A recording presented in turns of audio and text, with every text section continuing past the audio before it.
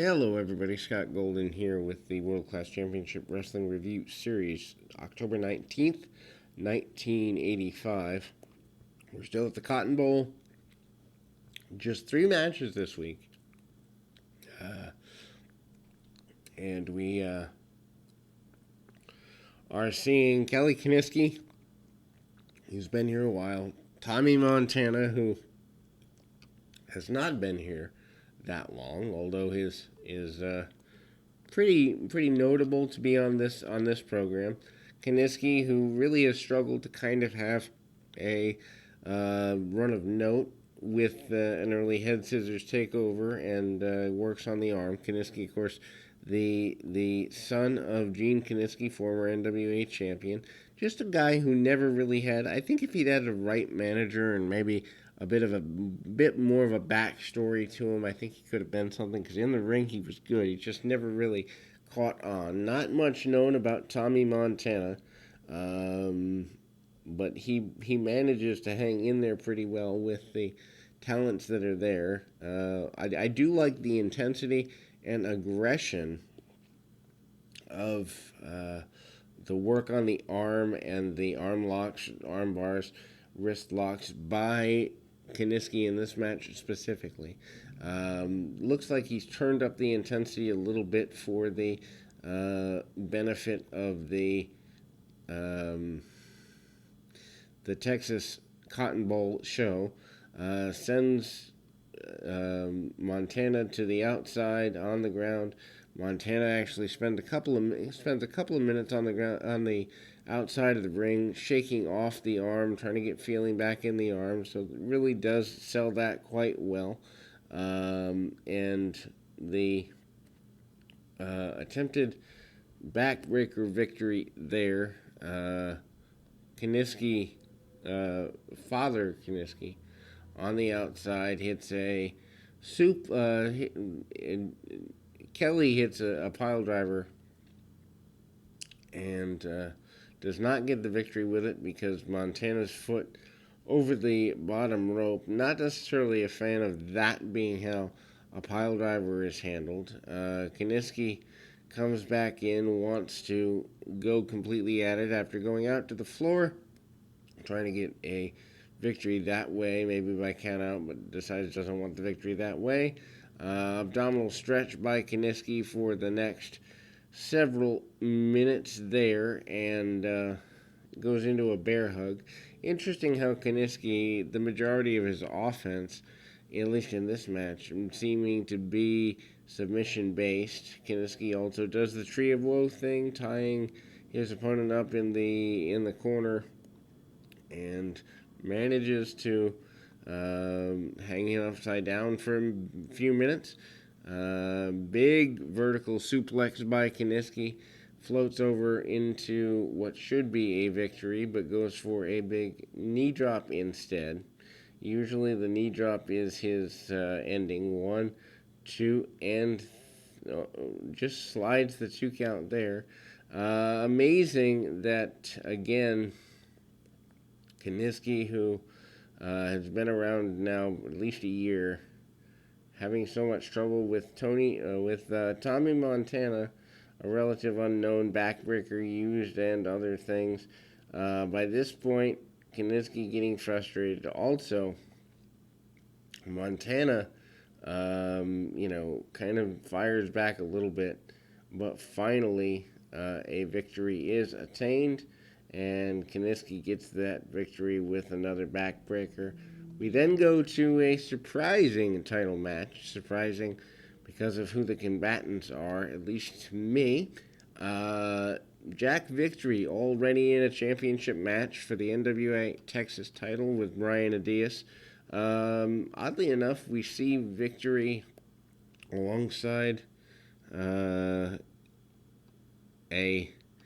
managerial Gary Hart here. Not a very long-term alliance. Doesn't seem to be there, let's say, in a few months, but it's there for that day. Maybe hiring him for the Texas Championship Council or something. Anyway, so Victory, who has proceedingly and exceedingly Ben, a superior guy, falls prey to a roll up early for a near fall. Victory, still, I believe, in his rookie year, not very uh, poised to be in the position he's in, particularly, but we do see Victory going several minutes there. With trying to stall the match, trying to break it down. Hip locks, arm locks, and the like by Adias. Adias manages to um, to go where he needs to go as far as that's concerned, and break things down back to the armbar, back to real basics. Adias, again, having wrestled outside of the area, finally now seen as a semi-main eventer, cut off by Victory with a shot to the midsection, maybe a little low, and gets a cut off there.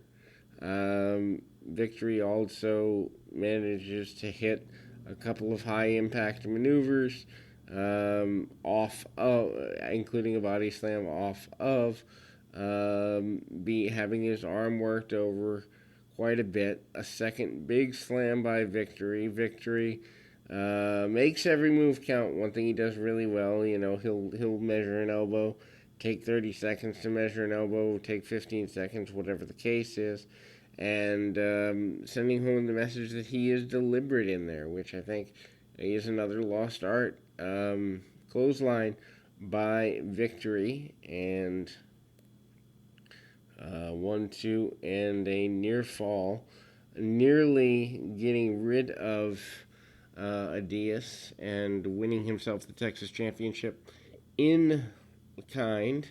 Goes to the second rope elbow drop, and he manages to hit it. Surprised that he doesn't get the victory off of that, but he does not.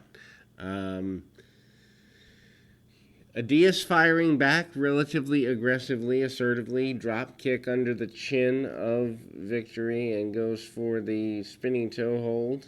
The spinning toe hold, of course, a big thing for the Funks in another part of Texas, the Amarillo territory. Not sure if Amarillo is still running here in '85. I don't think so. I think they'd been done for a bit, but turns the spinning toe hold almost into a figure four, not completing it though.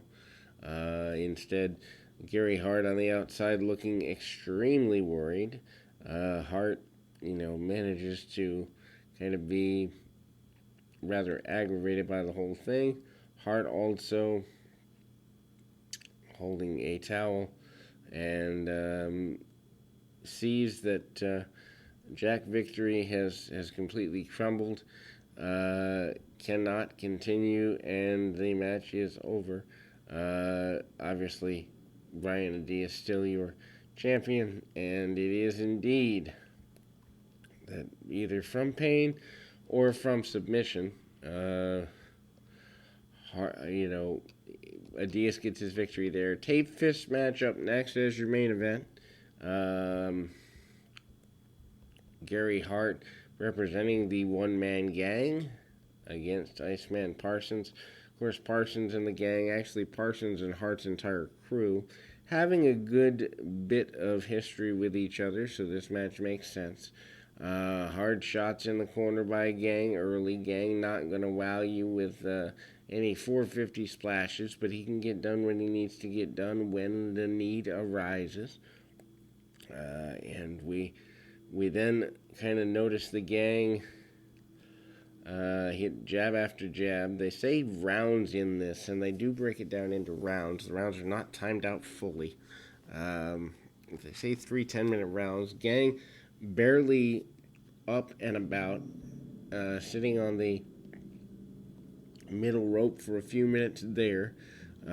Parsons always having, I guess, what I would say, the harder and more consistent shot. Both men fighting each other off, duck some jabs. When the Gang lands a shot, it means more because he almost lands with like a club, but his lack of speed working against him here in the Cotton Bowl And you know, the benefit, I guess, would be, do you really want to keep going? We then see Iceman Parsons up after the second or third round. Gang hits with some uppercuts and starts to kick at him. Obviously, tape fist match doesn't mean the only thing you can use is your fist, just the extra tape. Adds a little extra. Gang gets pounded in the corner for several minutes. Parsons goes to the second rope on the inside, loses his balance a bit, and decides to come down off of the off of that second rope, and another round break. Gang is certainly showing wear and tear. Gary Hart is, kind of distracting Kerry Von Erich, who is the second of Parsons. Parsons and Von Erich have been friends for a good long while. And as we enter what ends up being the final round, we see more power moves by the Gang. A series of comebacks attempted by Parsons. Parsons does get choked out in the corner by the Gang's foot, and that doesn't bode very well. But you can see the continuation there, and Gang comes up back to his feet. Kerry Von Erich attempts to. Gary Hart throws in what I believe to be a roll of quarters that's intercepted by Iceman Parsons, and Parsons ducks a few shots and just nails the Gang right under the bridge of the nose, nails him a second time, gets the knockout victory. Gang falls to the outside, and Hart is being beaten on, and Iceman King Parsons is your victor here near the close of October. We'll be back with more right after this.